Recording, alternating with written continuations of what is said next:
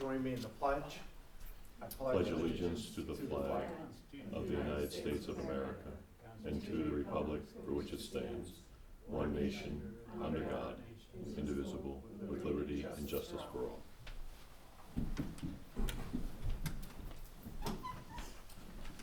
Okay, tonight is a work session. We have a roll call Mr. Costick, here. Mr. Wood, I'm here. Ms. Isabella, Here. Mr. Bosley, Here. Ms. Kelting, Here. clerk is here, Mr. Favreau. Here. Thank you. Do we have any public comment this evening? Seeing none, I will go into the supervisor's report. Quite a few things. Reminder that the NYSEG customer service session is going to be here on Monday from 4 p till 7 p. Given the current status with, bless you. Bless you. Thank you. Given the current status with electric rates, et cetera, we anticipate a fairly large showing for that session. Are they presenting? What's that? Are they presenting? They're not gonna do a presentation, it's gonna be just like it was the last time, they're gonna have customer service reps here, that will, and various representatives from NYSEG that will be able to assist, folks with their bills, et cetera, but yeah, everybody needs to understand that that is not gonna be any sort of presentation. The big thing that I would mention to everybody is, we need to remember that these are the customer service people from NYSEG. They aren't the decision makers, they aren't the ones that determine the rates, et cetera. They're just the ones that are gonna be able to help out individuals with their bills if they can. They presented this several weeks ago, asked us if they could use our building. They have done that in the past, and absolutely we want to be able to do that. So that our constituents and people in the area can get here. When did you say 3/9? What's that? When did you say 3? That's Monday, Monday. 3/2. The second. 3/2. Yeah, Okay, thank you. from 4 to 7. That has been on our Facebook page. NYSEG sent out messages to their customers, and it's been on the news a couple of times. Did you go to their last one? When they No, had I it? did not attend the last one. I'm just curious how in depth they're gonna get. I mean, it's, I think, what they're gonna do, we set up, the Troy Trombley, the government affairs rep, local for NYSEG was in. We're gonna set up tables kind of in an L, and they're gonna have customer service representatives lined up so people can come in and they'll be able to go to a customer service representative, sit down with a customer service representative, they can go over their bill, maybe have them adjust, if they're on day-night rate or, there's different rates available, et cetera. They can go through the bill, look at their usage and tell them what the best program to be on is. They'll also have some general service people, customer service people milling around helping out. And this is open to anyone, not just town residents? Correct, this is open to anyone, yeah, wide open for NYSEG. Perfect. So, again, we anticipate quite a few people here, so, I will be here. yeah, I will be, obviously from the town side, so. Just a reminder, March 4th, our planning team, along with myself, are doing a presentation of Lake Champlain Basin Commission. That's in regards to the storm sewer on the base properties that we have, the new side of the base properties that we have. This is continuing with that effort that started last summer with representatives from Senator Schumer's office. We're doing a presentation to their technical committee. I shouldn't say we, I'm gonna be there with my smiling face, but It's not all of us. just Jessica and Trevor will be doing the presentation. Everybody to go for the technical committee. Just remember that we're shooting for $600,000 from that group and the Army Corps of Engineers to do the planning study for the base. That's just the planning. That's stuff. just the We haven't planning. started with the millions for that. Correct. So that'll be a complete study of that storm sewer system over there, and that will start the planning process for the replacement. We do have a $60,000 DEC grant that will also be thrown in with that money for the planning purposes. So we're looking forward to that and, get the ball rolling with that. That's gonna help us get set up to continue that work with the Army Corps of Engineers. Fingers crossed, because, initial estimates were up to $30 million for that project. So that's huge. For those that didn't already see it, you should add an email. We did get a $160,000 grant, technical assistance to grow pro-housing communities grant. That's gonna be used for the Wallace Hill Extension, White Pines, 70 units. That's in conjunction with JCEO and Plattsburgh Housing Authority. So that doesn't have to go by our codes then. Yeah, absolutely, it's gonna have to follow the Uniform Fire Building Codes. And insulation and everything. Yeah, absolutely, would have to follow all the, state Uniform Fire and Building Code. We've And adopted it. solar panels and, Solar panels would not be mandatory, that would be I up think we to should them. make it mandatory. I think, Tom, really, personally, we should get the 70 housing units if we can. But if you get the housing units and they're done right, that saves people money. And then the lower income people can afford it. Agreed, but I think it's important that we continue to build that housing. I'm not gonna object to building the housing, no. Well, I hope not, Just the because way the they next one I was gonna mention was Hamlin Heights, and that's Tom Miller Road. Will be going in front of the planning board for sketch. And I think I've mentioned everybody that went from 120 units to 200. So they wanna plan 200 units of workforce housing. So that's gonna be, more moderate housing. Within 12 of within those walking distance, units will be earmarked for, individuals that fall within the ARC system. So we need to put sidewalks along Tom Miller Road. It's already been loosely in discussions, yes, with the county. Ideally, we would like to see a sidewalk from, because those buildings will be just this side of where the ARC bus garage is. We would love to see a sidewalk that ran from there all the way down to Plaza Boulevard. That would be part of the goal. And yes, we have had loose discussions already. And so to that point, I asked that question earlier today just because of my familiarity with ARC and where that area is. The road is not extremely wide. Correct. And so I said, doesn't the town own most of, or a lot of that property with May Courier being right there, ARC owns some of that as well.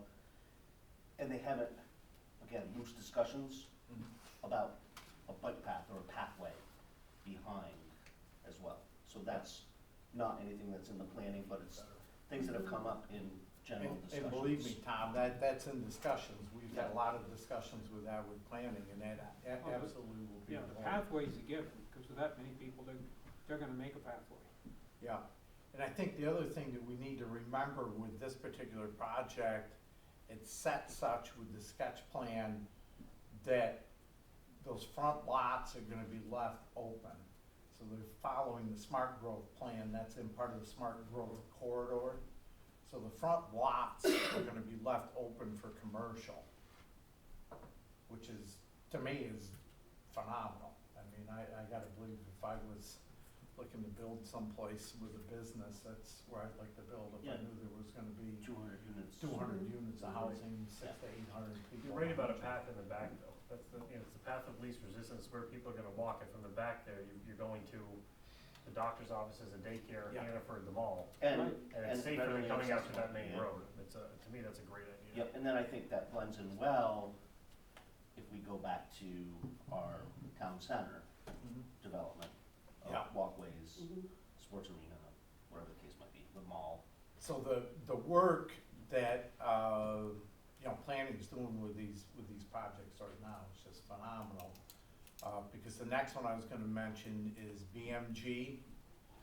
Everybody knows that we went out to contract and for, phase two, we're signed in, with Block Brothers. We do have a pre-construction meeting week after next. But believe it or not, we are gonna start planning for phase three. So they already have conceptual drawings for playground, that's gonna go in there, that would be something that would be very specific to our area with a nautical type theme that ties in, with the Battle of Plattsburgh and the Battle of Valcourt. So they've already been in contact with a company that's coming up with some conceptual drawings. So they're gonna start working on phase three, and we'll be going out to bid, to do some, the planning work and get the, drawings set, plans going for phase three. They Right are on working, here. they are working on a grant also, for that playground area. So that's why they wanna get the plans done sooner than later. Yeah, I don't wanna wait till you open it up for comment. It is, or I never stop being amazed by the two of them. Like, they're not just going out for a grant. I mean, they are turning over every stone. They are looking at back alleyways to come into a grant from the uses that, I mean, they are creative, they are persistent, and they are impressive. So Trevor and Jess, if you watch this, thank you for all you do for the town, not from a board member, but from a taxpayer and a town member. I second that. It isn't just this, I mean, they do all Yeah. the other stuff in between too, Yeah. so I mean, it's So just. I worked hand in hand absolutely- with them for 9 years. They be maybe two of the best of what they do in the state. It They're is not- impressive. Oh, it's just, there's not a question that Without a doubt. I ask or anything that you put forth to them that just does not get taken care of. When you talk about these top three things we just mentioned, and that goes to your next point that you just said, that these are 3 of their 30 things in the hopper. Yeah, So, yeah, it is. yeah, that isn't even to talk about any of the Well, I other was gonna say, solar projects on Reeves Lane and. And if you just, the meetings they put together, there's not another town that I've ever seen that puts together meetings that in depth with Right. pictures of I mean, it just makes it so nice for everybody in attendance. And that work alone is a full-time job. Yeah. They Yep. do everything else. And Jess makes phenomenal homemade Pop-Tarts. Well, that's good to and know. Chex Mix. Yes, I mean, the whole gamut over I in that don't know if you were department. gonna mention, I was trying to see, but they're also housing wise, it's on the planning for March 17th, the planning board is also the Ruger, residents of Ruger, that's 72 more Yep. units. You know, so that's Are out these, there. sorry, are these all in Beacon Town District? This one. That Yeah. one, Yes. Yeah, oh they no, are. that would be. Okay, Yeah, it is. okay. That one is market rate, if I remember right, that's Reagan, and isn't it market rate? No, that one isn't, I don't believe. Okay, I thought it was. I'd have to double check with them, but I didn't think that one was. Hamlin's affordable. Hamlin's workforce, Yeah, and then, Waterstone. White Pines, is affordable. Yep. Housing. yeah. And to your point, Alona, I know that, Housing Visions, who is working with the ARC on Hamlin Heights, has been in contact with the school. Yes, I just wonder if they notified them of the increase in the number. I know that they talked to them about Hamlin Heights. Yes, yeah, So, for sure. um, Thank you. And that's the one that's probably furthest in the process. with a $160,000 grant with White Pines, that's way out, but that's just planning stage so that they can start working forward with it. I'll try to do the good news first, and then there's a couple of not so. But facilities posting for the open position went up internally and externally. So, you know, we'll probably be doing some interviews there. I wouldn't think it would be next week, it probably would be the week after. I met today with a gentleman that Dana and I spoke with down at NIOT from E-Waste Plus. We're gonna set up to start receiving, and this will be from constituents also, from the public, electronic waste. Televisions, laptops, etc. This is no charge to the town, no charge to the folks that bring it in. This is all recycled. They bring a bin in that we set up, we'll probably put it in the pole barn.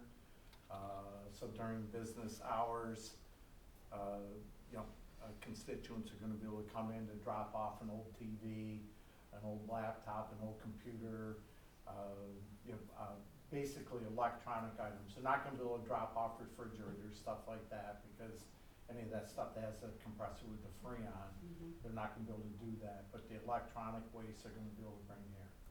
Yeah, that's a phenomenal idea. It's free of charge. We had a nice conversation with the gentleman when we were down at Association of Towns. Again, yet another reason to go to, you know, to NIOT. Did you negotiate that we get part of the profits? No, we just like the idea of being able to offer that service. And speaking of conversations at NIOT, just so everybody's aware, we were on a conversation last week with OCA, Office of Court Administration. They had a representative on site today. We're gonna be replacing all of our computer equipment down there with state Office of Court Administration equipment. So, we've had some challenges with Layer 8, working with OCA and between the different security background systems that the two different packages run. So Jim had a long conversation, conversation happened at NIOT with one of the folks from the 4th Judicial, does that sound right? Yep. One of the reps from 4th Judicial, so we got together, we were on with conference call last week, and they agreed that that's gonna be the best. So it's gonna work better for them down there, and the good news, Tom, is it's gonna save us money, because we're gonna have less equipment, Less maintenance. less Their maintenance, tech people are incredible. software packages, so Microsoft, we have to pay for every Every user. workstation we have, that we have Microsoft on, we have to pay for. We're not gonna have to pay for that anymore, so it's gonna save money. And I know Judge Joyce and the team down there are very happy about it. So, that's a win-win. Again, another NIOT conversation. So last two things I had, I don't know if folks saw from the Chamber of Commerce this morning, January, there was an 18% drop in Canadian border crossings. So that little bit of a uptick that we had in November, December flattened out. It was a decrease, but the decrease wasn't as big as it has been, you know, for January through October last year. And last one I'm gonna mention just very quickly, Codes has been working with the Days Inn, and there may have to be some action taken there where there potentially could be shut down for lack of compliance. So just letting everybody know, just in case you hear something on the street tomorrow. Well, and this goes back to, and I haven't met with Codes recently, but they're also very good at what they like them or don't like them, when it comes to safety, public safety, he's the best in the business, I think. Well, and and Danny, that's a good point, that's been our approach, that there's no give when it comes to life safety. So, you know, they've given them as much rope as they could give them, and, you know, they're at the end of that, and, you know, it's time for them to make a decision. And it's well Good for them. documented. So, we'll see, hopefully maybe they can take some steps and correct it. You have in front of you, it's all draft resolutions for next week. Nothing real earth shattering there, other than Matt's cookie decorating. ADA proposal for Everest Rapidu Recreation Park. That's to look at the stormwater system there. That's to get the plan on the books, so it's ready to go. That's the one where we're switching the money from. What's that? Switching the money from one account to do this, because this has been waiting to get done for a long time. Yeah, yeah, so that's gonna tie into, that's gonna get the plan to tie back into our storm sewer system. There's been a lot of discussions about pushing it the other way, but they worked with Highway, figured out a way to bring it back together. Installation new security system for Justice Court. That's just updates some monitors downstairs for the camera system, et cetera. 3 additional access control units for Town Hall. We had new doors installed in the back, entry doors into water, parks and the facilities, and also highway, so that's to put the fob readers in there. And then just the resolution to accept Rick's retirement. I would open it up if anybody has any committee reports. Just to say that, as far as that project goes, Jason was the one that came up with the ideas and how we could complete it, Yeah, where it had been a standstill for quite a long time. for quite a long Plus, time. The way he's gonna do it is gonna be less costly to us. Well, less costly, and there's gonna be some regular storm sewer upgrades there in Champlain Park at the same time. Yep. So instead of pushing that out, they're gonna bring it back that way, update some of the piping, et cetera, right there on, what street is that? Trying to think where it's It's going. off of Oswego. Oswego, yeah. So, good stuff. Between like, Mohawk and Oswego, that's where that whole area is. Yeah. So, anybody have anything for committee? I just wanted to mention, building off of planning, at NIAT, Chuck and I think if Tom was in there, we attended a battery storage, session, and our moratorium ends in April. The hope is that we have a law, to propose to you all, before that moratorium, or right around when that moratorium needs to come off. I hate to extend it. There's a really good model out of Poughkeepsie. They've done all the work, so thank you to them. Did you receive that one? Did you? I know I forwarded they have it. the slideshow from Yeah. that presentation at NIAT. I sent it over, so they have it. And they said that they would send us the whole. Yeah, that's When in they their said that, hand the now, whole thing. yeah. Oh, yeah, they have it in their hands right now. Oh, okay, so, Yeah, well, that's yeah, what I- I wanted to check, because we, Yeah, that came up. yeah, I got it over to Trevor and Jess, so Okay, they're good. No, they have the whole thing. That was a great presentation. Yeah, the 2 more things. One, the, hard time with this word, vestibule project, The vestibule, yeah. not the vegetable project, is finishing, we're finishing up the bid materials, and that'll be going out to bid soon.